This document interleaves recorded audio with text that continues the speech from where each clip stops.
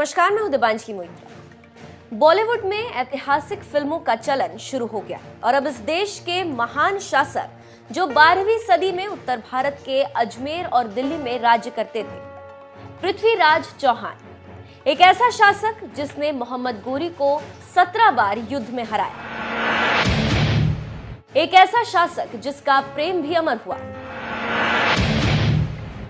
एक ऐसा शासक जिसने मरते दम तक दोस्ती निभाई, एक ऐसा शासक जिसे दुश्मन की तलवार मार न सकी।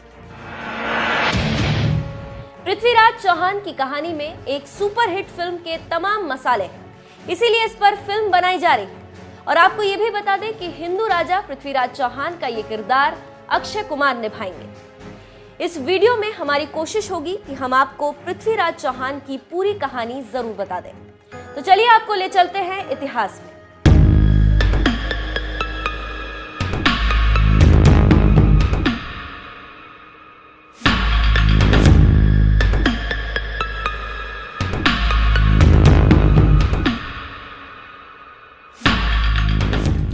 पृथ्वीराज चौहान के जन्म को लेकर भी इतिहासकारों में अलग अलग मत है। पृथ्वीराज महाकाव्य के अनुसार उनका जन्म 1 जून 1163 को गुजरात राज्य के पाटनपतन में हुआ। वहीं कुछ इतिहासकारों के अनुसार चौहान का जन्म 1168 में अजमेर के राजा सोमेश्वर चौहान और माता कर्पूर देवी के यहाँ गुजरात में हुआ। वो बचपन से ही प्रतिभाशाली बालक थे। उस वक्त चौहान वंश में 6 भाषाएं बोली जाती थी: संस्कृत, प्राकृत, मागधी, पैशाची, शौरसेनी और अपभ्रंश भाषा। इन 6 भाषाओं पर पृथ्वीराज चौहान की काफी अच्छी पकड़ थी। इतना ही नहीं, इसके अलावा मीमांसा, वेदांत, गणित, पुराण, इतिहास, सैन्य विज्ञान और चिकित्सा शास्त्र की भी पढ़ाई की। पृथ्वीराज चौहान संगीत, कला और चित्र बनाने में भी पारंगत थे। इतना ही नहीं, पृथ्वीराज रासो के अनुसार पृथ्वीराज चौहान शब्द भेदी वाण छोड़ने में भी निपुण थे। वही शब्द भेदी वाण जो दशरथ ने श्रवण कुमार को मारा था। खैर, अब कहानी को बाल्यकाल से आगे बढ़ाते हैं।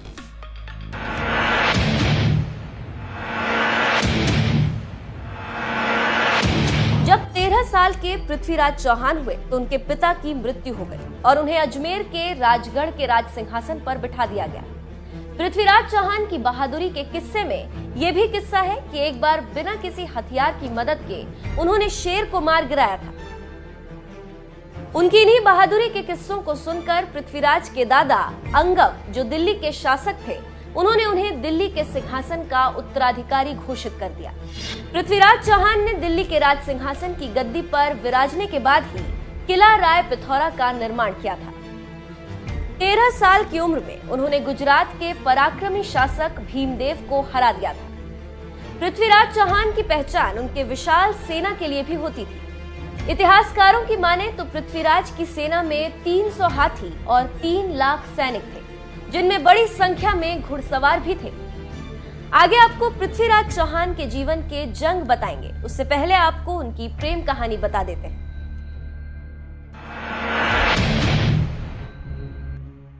वैसे तो पृथ्वीराज की प्रेम कहानी में एक ही रानी का जिक्र है, लेकिन पृथ्वीराज रासो के अनुसार जब पृथ्वीराज चौहान 11 साल के थे तो उनकी पहली बार शादी हुई थी। उसके बाद हर साल 22 साल होने तक उनकी शादियां होती रहीं। इसके बाद जब वो 26 साल के हुए तो उनकी शादी संयोगिता के साथ हुई। इस हिसाब से उनकी कुल 12 रानियां थी, जिनमें से सिर्फ पृथ्वीराज रासो में 5 के ही नाम हैं: जंभावती, इच्छिनी, यादवी, शशिव्रता, हंसावती और संयोगिता। अब आपको पृथ्वीराज चौहान और संयोगिता की प्रेम कहानी थोड़ी विस्तार से बता देते हैं। संयोगिता कन्नौज के शासक राजा जयचंद की बेटी थी। वही जयचंद जिस नाम का इस्तेमाल आप अक्सर अपने गद्दार दोस्तों के लिए करते हैं। लेकिन आपको बता दें कि पृथ्वीराज रासो को छोड़कर इतिहास में कहीं भी जयचंद की गद्दारी की कोई कहानी नहीं। जयचंद पर यह आरोप लगा था कि उसने मोहम्मद गोरी की मदद की थी। लेकिन ये सवाल उठता है कि कोई अपनी बेटी का सुहाग ही भला क्यों उजाड़ दे। इस बात का कोई ठोस प्रमाण मौजूद नहीं है, लेकिन ये कहा जाता है कि कन्नौज की राजकुमारी संयोगिता जब पृथ्वीराज चौहान को पसंद आई तो उन्हें उसे स्वयंवर से उठा लिया और गंधर्व विवाह किया। ये भी इतिहासकारों ने कुछ जगह उल्लेख किया है कि जब पृथ्वीराज चौहान वहां से संयोगिता के साथ भागने लगे तो जयचंद ने अपने सिपाहियों को घेरा बनाकर उन्हें घेरने के लिए कहा और ये लोग घिर भी गए। लेकिन जब राजा जयचंद ने उन्हें देखा तो उस घोड़े पर आगे चौहान बैठे थे तो पीछे संयोगिता। राजा जयचंद को यह समझने में देर नहीं लगी कि संयोगिता ने भी पृथ्वीराज चौहान का वरण किया है। ऐसे में वो अपने दामाद को मार नहीं सकते। इसके बाद की प्रेम कहानी की कुछ खास चर्चा नहीं है, लेकिन मृत्यु के वक्त की चर्चा जरूर है कि पृथ्वीराज चौहान और संयोगिता की मौत एक साथ ही हुई थी। कैसे हुई थी यह आपको अंत में बताएंगे। अब जरा आपको पहले पृथ्वीराज चौहान की वीरता की कहानी सुना देते हैं, लेकिन इसके पहले आपको एक और नाम को जान लेना होगा। ये नाम है चंद्रवरदाई। चंद्रवरदाई और पृथ्वीराज चौहान बचपन के मित्र थे जिन्होंने पृथ्वीराज रासो की रचना की। पृथ्वीराज चौहान का साम्राज्य काफी तेजी से बढ़ रहा था।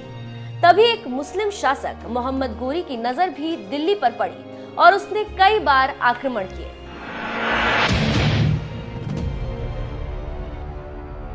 अलग अलग काव्यों में पृथ्वीराज चौहान और मोहम्मद गोरी के बीच युद्ध की अलग अलग संख्या है। पृथ्वीराज रासो के अनुसार पृथ्वीराज ने 3 बार गोरी को पराजित किया। हम्मीर महाकाव्य के अनुसार पृथ्वीराज ने 7 बार गोरी को बंदी बनाया। वहीं प्रबंध कोश के अनुसार पृथ्वीराज ने 20 बार गोरी को बंदी बनाकर छोड़ दिया था। सुरजन चरित महाकाव्य के अनुसार 21 बार और प्रबंध चिंतामणि ग्रंथ के अनुसार 23 बार पृथ्वीराज ने मोहम्मद गोरी को बंदी बनाया। लेकिन सबसे ज्यादा जिस संख्या का जिक्र है वो है 18। 17 बार मोहम्मद गोरी पराजित हुआ और 18वीं बार पृथ्वीराज चौहान पराजित हो गए। प्रथम युद्ध में सन 1191 में मुस्लिम शासक सुल्तान मोहम्मद शहाबुद्दीन गोरी ने बार बार युद्ध करके पृथ्वीराज चौहान को हराना चाहा, पर ऐसा न हो पाया। पृथ्वीराज चौहान ने 17 बार मोहम्मद गोरी को युद्ध में परास्त किया और दरियादिली दिखाते हुए कई बार माफ भी किया और छोड़ दिया, पर 18वीं बार मोहम्मद गोरी ने पृथ्वीराज चौहान को युद्ध में मात दी और बंदी बनाकर अपने साथ ले गया।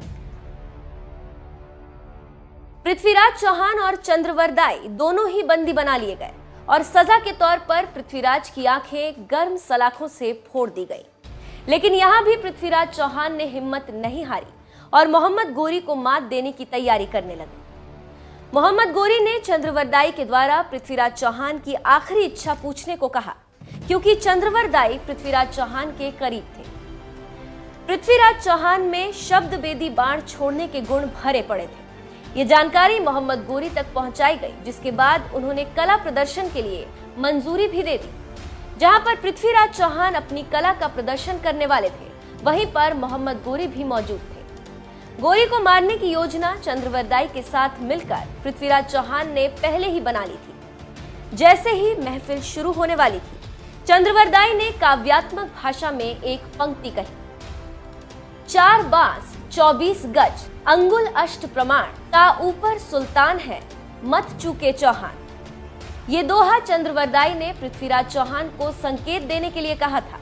जैसे ही इस दोहे को सुनकर मोहम्मद गोरी ने शाबाश बोला, वैसे ही अपनी दोनों आंखों से अंधे हो चुके पृथ्वीराज चौहान ने गोरी को अपने शब्द भेदी बाण के द्वारा मार डाला। वहीं दुखद ये भी हुआ कि जैसे ही मोहम्मद गोरी मारा गया, उसके बाद ही पृथ्वीराज चौहान और चंद्रवरदाई ने अपनी दुर्गति से बचने की खातिर एक दूसरे की हत्या कर दी। इस तरह पृथ्वीराज ने अपने अपमान का बदला ले लिया। वहीं जब पृथ्वीराज के मरने की खबर संयोगिता ने सुनी तो उसने भी अपने प्राण ले लिए। इस तरह से एक ही दिन 4 लाशें बिछ गई। एक शासक मारा गया, एक शत्रु मारा गया, एक दोस्त ने जान दे दी और प्रेमिक पत्नी ने अपने प्राण त्याग दिए। आपको बता दें कि अफगानिस्तान के गजनी शहर के बाहरी क्षेत्र में पृथ्वीराज चौहान की समाधि आज भी है। अफगानिस्तान में 800 साल से राजपूत शासक पृथ्वीराज चौहान की समाधि को शैतान बताकर और उस पर जूते मारकर अपमानित करते थे, जिसके बाद भारत सरकार ने उनकी अस्थियां भारत मंगवाने का फैसला किया था। बता दें, अफगानिस्तान और पाकिस्तान के लोगों की नजरों में मोहम्मद गोरी हीरो बना हुआ है, जबकि पृथ्वीराज चौहान को वो अपना दुश्मन मानते हैं। चूंकि पृथ्वीराज चौहान ने गोरी की हत्या की थी, यही वजह है कि पृथ्वीराज चौहान की समाधि को वे लोग तिरस्कार भरी नजरों से देखते हैं। लेकिन वो एक सच्चे दरिया दिल राजपूत शासक थे जिन्होंने अपने दुश्मन को 17 बार माफ किया, अपने प्यार को पाने के लिए युद्ध किया और दोस्ती मरते दम तक निभाई। अब बस देखना है कि जब ये फिल्म पर्दे पर आए तो इसके किरदार पृथ्वीराज चौहान के साथ न्याय जरूर करें और हम अपने सच्चे हीरो की कहानी आगे भी बता सकें। ये कहानी आपको कैसी लगी हमें कमेंट बॉक्स में जरूर लिखें और चैनल को सब्सक्राइब करना ना भूलें।